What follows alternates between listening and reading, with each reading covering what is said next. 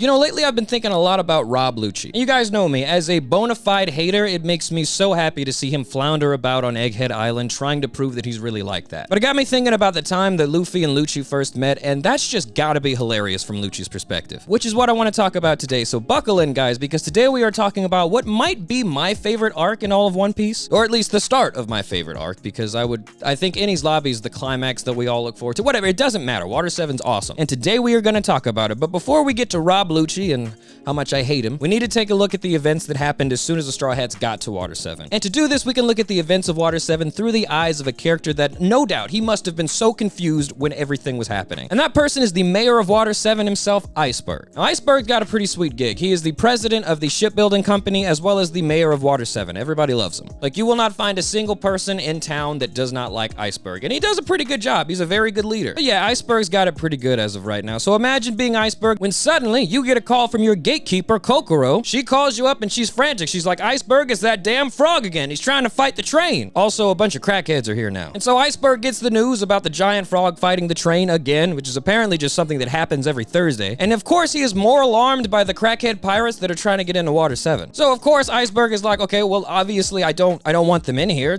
Shoo them away. Tell them they can't come in. But Kokoro's drunk, so instead of shooing the Straw Hats away, she gives them a full map of Water 7 and tells them exactly where they can find Iceberg. Kokoro has set these dangerous lunatics loose in Iceberg City. What's hilarious is that because Kokoro is drunk, the map that she hands Luffy, it's just crayon scribbles. Like, she literally draws like a kindergartner. Like, it is exactly something that Luffy would draw. So because they can't read the map, the Straw Hats are now loose in Water 7 with no certain path. And if you know anything about these lunatics, you know that is for sure a worse option. And so what these crackheads are doing in Iceberg City, they are trying to take all of the gold that they stole from God and get it transferred into money so that they can pay for a shipwright to fix the Mary. This is why seconds later, Iceberg gets another call from someone in his city telling him that these lunatics are just dragging around a cart of gold. And then they rent one of the seahorse boats and just start going crazy everywhere. So Iceberg's tracking these lunatics, but you know, they're not doing anything wrong. And if they really have a cart of gold they're just lugging everywhere, Iceberg's like, well, whatever, we might as well do business with them. Why not? And while he's chilling, Iceberg gets another call about pirates inside the shipyard. But this isn't the crackheads that are loose in Water 7. This is actually another group of pirates that say they are not going to pay for their ship being fixed by the shipwrights, which as a businessman, you can understand why that bothers Iceberg so much. So he tells Khalifa, yeah, we better go down there and try to resolve whatever's going on. So Iceberg and Khalifa go down to the shipyard, but before they can get involved in all, the workers in the shipyard actually beat up all the pirates already. Now these shipwrights in Water 7 can fight, okay? And Iceberg loves them all. They're basically like family to him. He daps all of them up individually, like, what up Paulie, what up Lucci, what up Kaku. So Lucci and the others beat up the pirates that were causing problems in the shipyard. And that's when the lunatics that came into your city a little while ago, they finally make it to the shipyard. And they are carrying 3 briefcases filled with money. It's over 300 million berries. They tell Iceberg that they need someone to take a look at the Mary because it is in really bad shape. So again, think about it from Iceberg's perspective. These are lunatics loose in your city, but they've got 300 million berries. What are you gonna do? Tell them to leave? No, you're not. You're gonna tell Kaku to go check out the ship and tell them what they can do. And that is what happens. So Kaku takes off and Iceberg is left alone with the lunatics. Once there, Iceberg decides to take them on a tour so we can ask them some questions and get to know them just a little bit more. But while Iceberg is chilling with the Straw Hats, the Franky family shows up out of nowhere and steals 200 million berries from the Straw Hats, which Iceberg knew was gonna happen eventually. I mean, they're waving briefcases full of money wherever they go. They're gonna get their shit took eventually. It looks like the Franky family were just the first people to do it. And so to introduce the Franky family, they're basically just a bunch of homeless weirdos that look like they all hang out in the sewer and have dance parties and drink cola. So if you were a part of this underground crime organization known as the Franky family and you saw 200 million berries just laying around,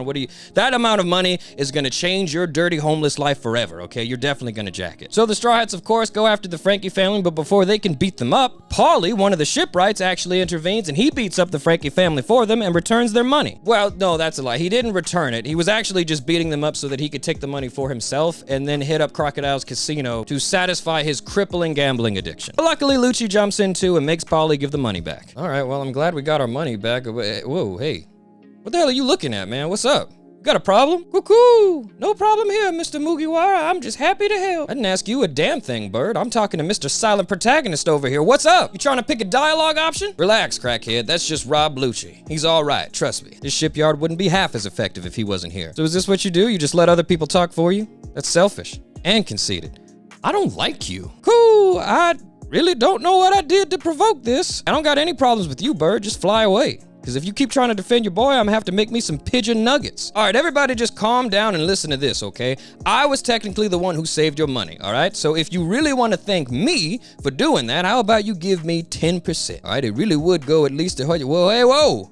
Oh my God, what is she doing here? Who is this? Why she got her legs out like that? People are trying to work here, and wait a minute, what the hell are you wearing, Caulifla? Why is everyone in this shipyard so sexy today? So Iceberg and Caulifla finish giving the Straw Hats the tour, and this is when, again, Iceberg starts to really think about, you know, I kind of like these guys. They are funny as hell. And the feeling is mutual. Luffy even asks Iceberg if he wants to join their crew, which of course Iceberg has to say no. I mean, he's the mayor of Water 7, for God's sake. But the thought of it does sound exciting. He almost regretfully turns them down. But that's when Kaku comes back to report on the condition of the Mary. And unfortunately, Kaku says that the Mary is on her last legs, and there's nothing anyone could do to fix her. So these idiots start waving their money around again like, unfixable, please. Just you tell me how much money you need, Mr. Iceberg, to fix this here ship. I promise we got it. And so, of course, Iceberg is just like, no, that's not how it works. This ship has clearly been through a lot. Like, even if we replace every board on the ship, which is probably what needs to happen, it's still, at that point, you're buying a new ship anyway. Just give it up. If you're gonna be captain, you have gotta be more responsible than this. So in the middle of all this arguing about the Mary's future, the Franky family shows up again, and they beat up Usopp and steal over 200 million berries. And so this is when Luffy, Sanji, Chopper, and Zoro all track the Franky family down to avenge Usopp, who got his ass whooped twice by the Franky family, by the way, because he actually tracked them down first after he lost the money to try to get it back, and they just whooped his ass all over again. So the lunatics run off to go avenge Usopp and get their money back, and Iceberg knows something that he's not telling them right now. Iceberg knows the leader of the Franky family, which is a guy called Franky, and he's actually really close to him. Now, Iceberg knows that Franky is actually a good guy. There's not, like, Iceberg, of course, isn't gonna mention that right now. They beat up their friend and stole 200 million berries, so Iceberg's like, okay, I don't want to get too involved, but maybe I'll just head down to the Franky house where those lunatics are going, and maybe I can mitigate the situation before anything too violent happens. After all, Iceberg knows that Franky knows how to fight, and there's a lot of Franky family members. And as I've explained before, he kind of likes these lunatics, so he wants to go down to the Franky house to make sure that, you know, just make sure no one gets hurt, because frankly, Iceberg is a fan of everybody involved. So Iceberg decides to go down to the Franky house, and he gets there just in time to see Luffy and the others doing a slow motion walk into the Franky family hideout. And just behind them is their friend, which the Franky family has beaten to within an inch of his life. Like, they stomped him out in everything. Usopp is in bad shape. So when Iceberg sees these bloodlusted, unhinged lunatics doing a slow motion walk into the Franky family hideout, he knows there's nothing he can say or do to prevent what's about to happen. The crackhead politely knocks on the door, and then as soon as someone opens it, they just start swinging. Like, they don't ask any questions, they don't say what they're here for, nothing. They just start breaking literally everything. Iceberg cannot believe his eyes. They beat up every last homeless person inside the Franky family hideout, and then destroy the entire building. Like, burned it to the goddamn ground. Nothing but dust remains around the decay of the shattered wreck. So Iceberg watched all of that, and he's like, you know what, I've seen enough. I'm going back to my mansion and do some mayor shit. I am not getting involved in whatever the hell is going on here. The only good thing that came from this is it looks like Franky himself was not present at the Franky family house. Otherwise, that whole thing would have gotten way more destructive. But on his way home, Iceberg decides to go stop by the Mary to check on the Straw Hats, both to see this ship that they were making so much of a fuss about. But first and foremost, he wants to apologize to the Straw Hat member that the Franky family beat up and stole from. I mean, he saw him stomped out on the ground, and Franky did that, all right? So Iceberg wants to first extend his condolences and make sure that everybody's okay. And so when Iceberg gets to the Mary, he sees the same crew member that everybody just destroyed the Franky family house over. He is screaming at the captain of the Straw Hats, saying they are going to have a duel at sundown. And so Iceberg's like, that was like 30 minutes ago you were balled up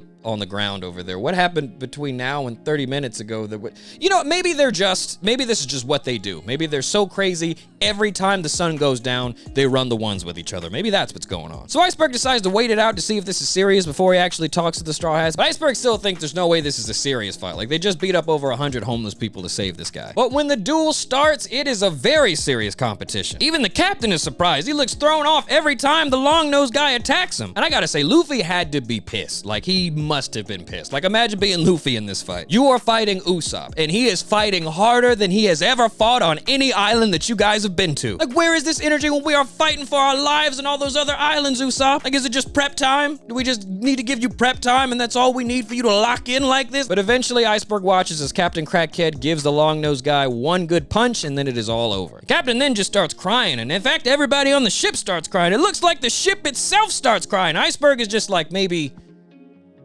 I'll talk to him tomorrow. So Iceberg heads home for the night, and the next day, the leader of the Franky family, Franky himself, comes home to find out that a crackhead and his band of lunatics have beat up everybody in his house and then destroyed his home. So Franky's like, all right, I don't know who this guy is, but he has got to be the biggest hater in the world. My God. Like, yeah, I stole from me, but goddamn, dude, my whole house? Jesus. Franky is at this point in time just running through the streets looking for a crackhead and his friends. And eventually Franky gets tired of looking for him, so he goes to the busiest section in all of Water 7 and he just screams out, "Show yourself, Mugiwara." And imagine being Franky, okay? All of your friends were beaten up, your house was destroyed, and you are looking for a crackhead so you can get revenge. You know he's crazy, but he could also be miles and miles away from you. So when you scream out, "Show yourself," you don't really expect someone to respond. So put yourself in Franky's shoes. When you scream out, "Show yourself, Mugiwara," and without hesitation, like moments later, a crackhead in the crowd stands up, gives you his full name, address, and social security number, and he's like, "I broke your house. Now what?" So that introduction alone told Franky everything he needs to know about Luffy's character. Franky's not scared. He's still gonna run the ones with him, but in that exact moment, he knew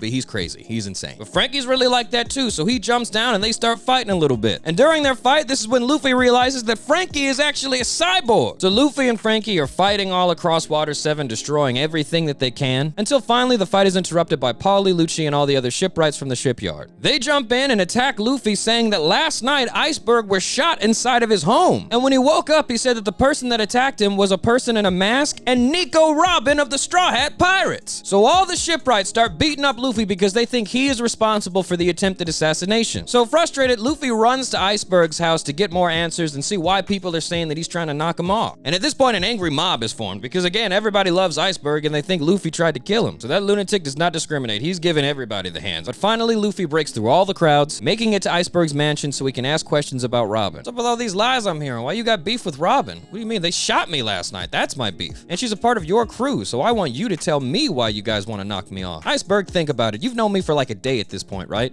If I wanted you dead, do you think I would send Robin to sneak into your house after you were already probably asleep? Or do you think you would hear me screaming your name as I run through the city until I make it to your mansion and just start breaking walls until I find you? Like, I don't even believe in doors. I think they're a waste of time. If I know which way I need to go, I just start punching. That is a good point. So Luffy's making some good points, but Iceberg still needs to play it safe. So he's like, listen, if you bring Nico Robin here, we'll call it even Stevens. I just need to get to the bottom of this. Luffy refuses and jumps out the window right before the angry mob bursts into Iceberg's room. So things aren't looking too good for the Straw Hats. Usopp is on his own. Robin is apparently an activated Russian secret agent. And on top of all of that, there is a huge storm heading for Water 7 called Agua Laguna. A storm so bad the entire town has to get ready for it so that everything doesn't get destroyed. But let's check in on Franky. And at this point in the story, this is when we start to realize that he's actually a good person. He uses all of the leftover money that he took from the Straw Hats to pay for everybody's drink at a bar that he goes to, and even meets up with Usopp later when they're both taking shelter from the storm that's approaching. And this is when the two of them have a few drinks and bury the hatchet. Franky even tells Usopp that he himself is actually a really good shipwright and he could take a look at the Mary if he wants him to. Oh boy, this ship sure has been through a lot. Let's see, we got some slash marks, some cannon fire damage,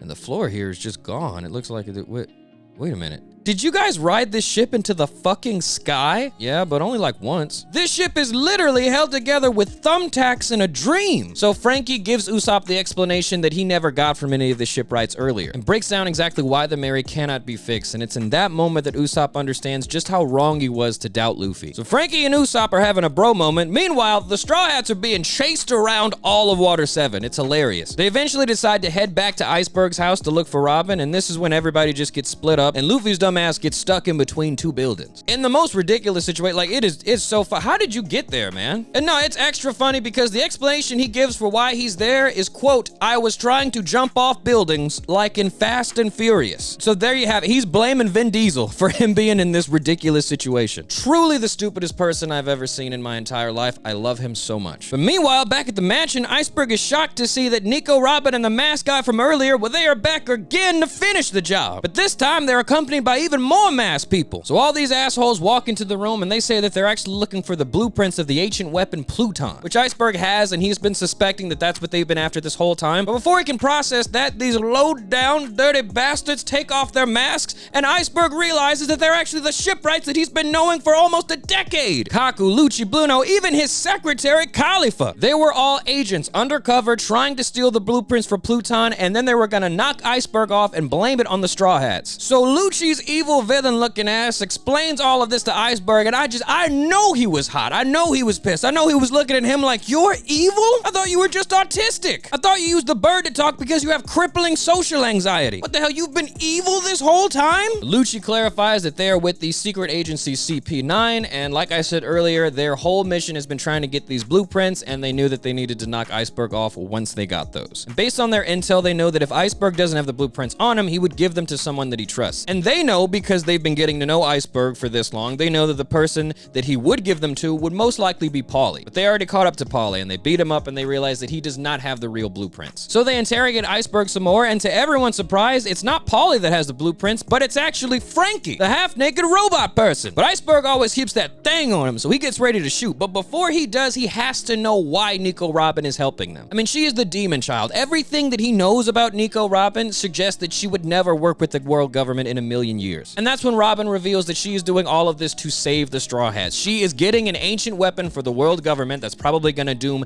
the entire world to ensure that her new friends are safe from the world government. Which Iceberg hears that and he's like, that's really endearing, but it is terrible news for the rest of the world. So all of this is happening and it's just a really dire situation. CP9 now knows that they need to be looking for Franky, so they have no more use to keep Iceberg alive. So Iceberg is laying on the ground singing I Need a Hero from the ending of Shrek 2, when suddenly that crazy ass crackhead breaks through his wall and enters the room. And at the same time, a swordsman that Iceberg has never seen before slashes through his door and the rest of the Straw Hats enter the room. So Iceberg is both relieved and confused, because the door wasn't even locked. They could have just walked in here. Walk away, Mugiwara. Why is...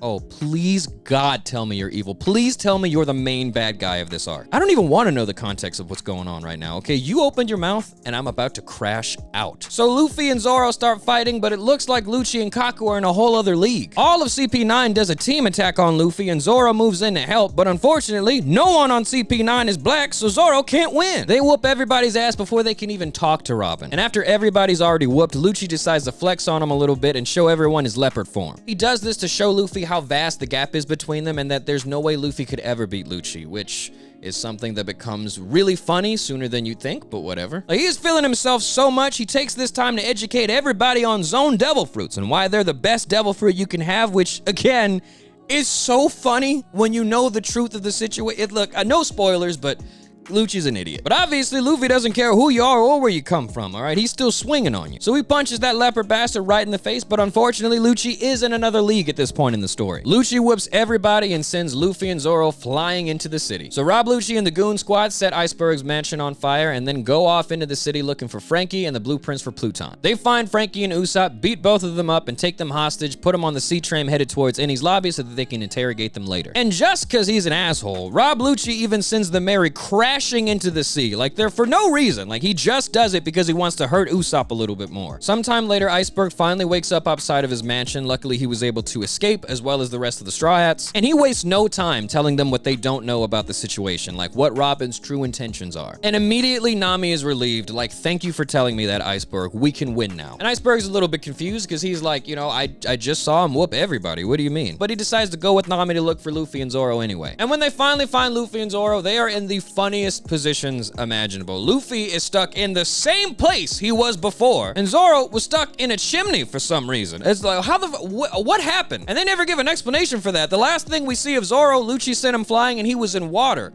Why was he in a chimney when we came back to him? His sense of directions are so bad, he wound up in a chimney?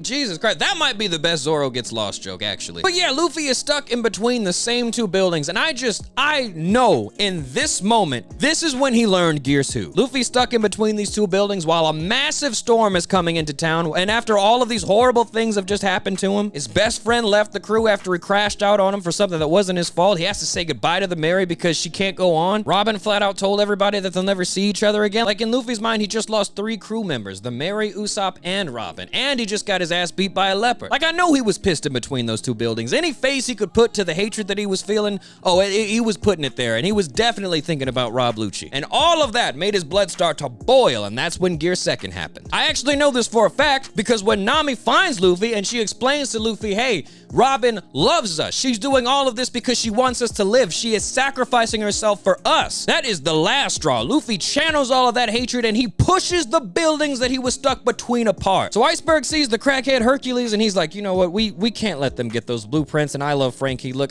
screw it. I might as well put all my faith in these lunatics. Because Iceberg knows it's been a while since Lucci and the others left his mansion, and the sea train, in fact, has definitely already left Water 7. But Iceberg still has another trick up his sleeve, and that trick is another sea train. Like Iceberg for real had a whole ass other sea train just waiting at the crib in case there was ever a Sasuke Retrieval Soul Society-esque situation going down. And this train can follow the exact route of the other train, so everybody's going to Eni's lobby. And so at this point, Iceberg is seeing the truth of the situation. Everything that happened in the past few days has been really heavy. But he understands that the Straw Hats are not his enemies. In fact, if anyone can right these wrongs and prevent an unstoppable tragedy from happening to Water 7 and in fact the entire world, well, it might just be a crackhead and his band of lunatics. So Iceberg gives him the sea train and he sets him off, and we are on track for Eni's lobby. That about sums up the events at Water 7, and if you're thinking that's not everything that happens, well, you'd be correct. But I want to take another approach to talk about the events on the sea train, so you can bet your ass that's going to be the next video that we talk about, and we're following that up, of course, with Eni's lobby. And I'm just so excited to get into it. I really think this combo of arcs, Water 7 and Eni's lobby, it might be my favorite stretch of One Piece, maybe, and Whole Cake Island. I don't know. I have to decide. Either way, though, it was really fun revisiting this arc, and I can't wait to finish the other videos.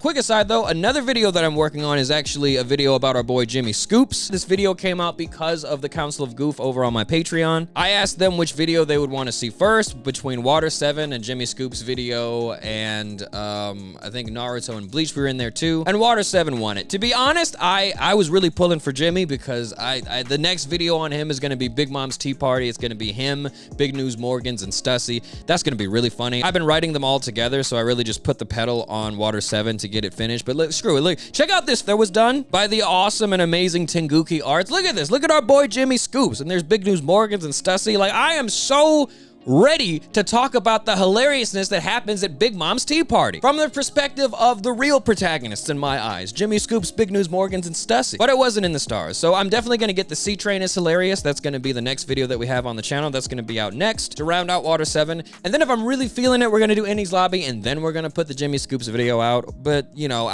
well, you guys let me know what you think. To be honest, like, it's going to be really funny, but also this is one of the best stretches in One Piece, so I would understand. So let me know what you would want to see in the comments. But yeah, that's about it for this one, guys. Thank you so much for watching. Thank you for being interested, and I cannot wait to see you in the next one.